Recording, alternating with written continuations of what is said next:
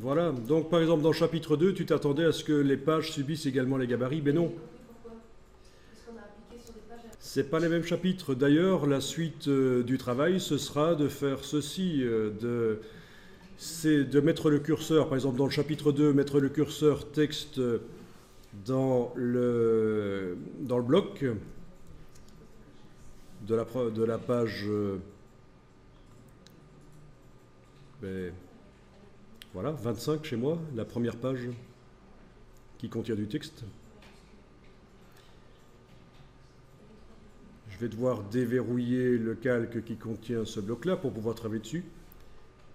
Bien sûr. Je clique, voilà le curseur qui clignote dans le texte. Je fais commande A, donc tout sélectionner, touche suppression. Et là, je suis censé aller coller du texte qui vient de Wikipédia ou l'importer, hein, si je l'ai d'abord transféré dans un fichier RTF, puisque je vous rappelle qu'on avait importé du texte. Donc c'est logique, hein, dans le chapitre 2, il ne peut pas y avoir la même chose que dans le chapitre 1. Ça va ressembler fort, mais c'est un contenu différent. Donc déjà, le cheval aussi va débarrasser le plancher. Voilà, transformation en lasagne. Je sélectionne les images flottantes qui étaient là. Elles ne me servent plus. Les images qui étaient dans le flux du texte n'existent plus, puisqu'elles sont parties avec le texte que j'ai vidé.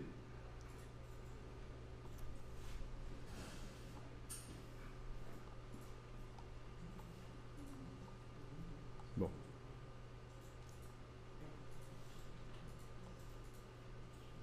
Excusez-moi, j'ai un souci.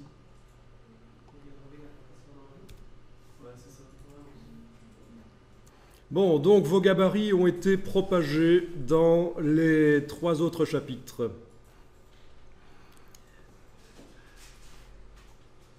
Alors, par exemple, dans le chapitre 2, le gabarit B va s'appeler autre chose. Et forcément, j'ai déjà du jardinage, de la cuisine et du shopping dans le chapitre 1.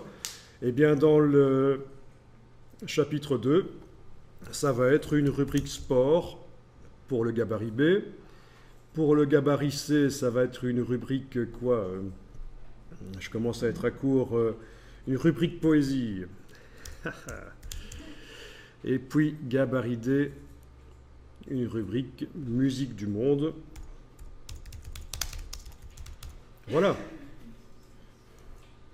Mais attention, il va falloir maintenant que dans le menu de la palette livre, dans les options de synchronisation, je désactive gabarit.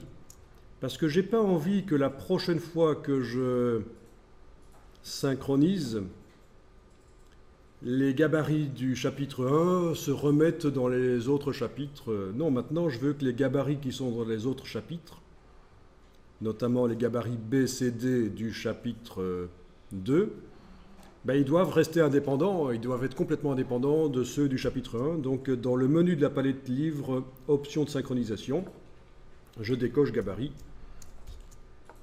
Voilà.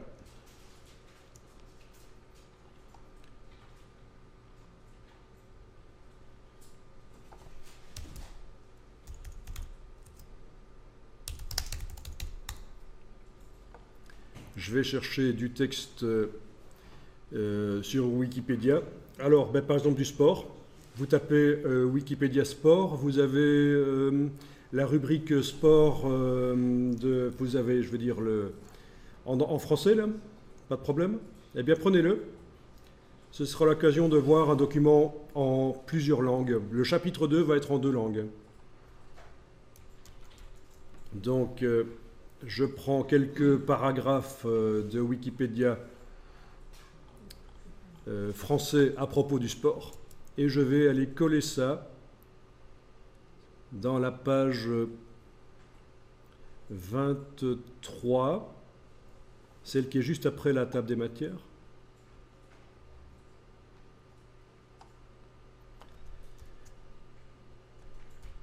Je déverrouille le bloc, CTRL majuscule, cliquez sur le bloc texte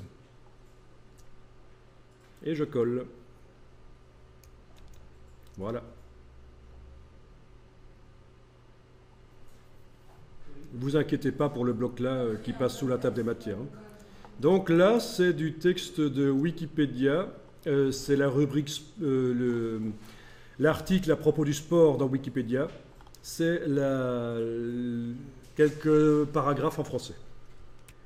Ok, je passe à la version anglaise de l'article. Donc, je prends quelques paragraphes également de la version anglaise de Wikipédia. Et je colle à la suite. Et voilà.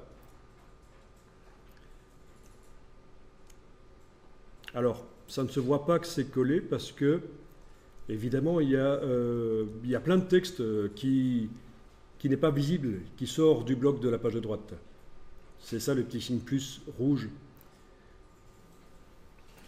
Mais on va chaîner ce bloc-là avec les suivants et le texte la fin du texte français va être visible et puis le texte anglais sera visible aussi. Vous vous souvenez qu'on était allé désactiver dans les préférences, on était allé désactiver une option qui s'appelait redistribution intelligente du texte.